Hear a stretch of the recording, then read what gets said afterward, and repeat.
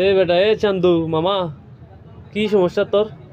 হ্যাঁ, যে আন্দোলন ডাকো কি টিকিট বর্জন করে ফেলো, কি নিজে কি মনে করে? তুই নিজে কি বিরাট কোহলি মনে হয় নিজেকে, নাকি এবেটি বিলাস বাবু?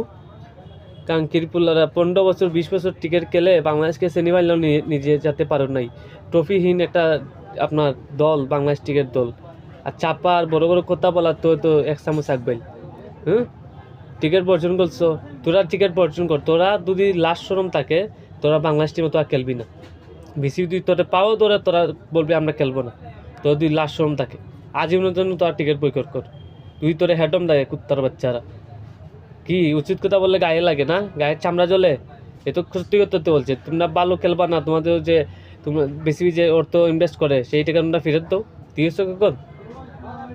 বাবা, তোমরা টিকিট দুই না খেলতে যায় বাংলাদেশ, তোমাকে বেশি এর ক্ষতিপূরণ দিবে।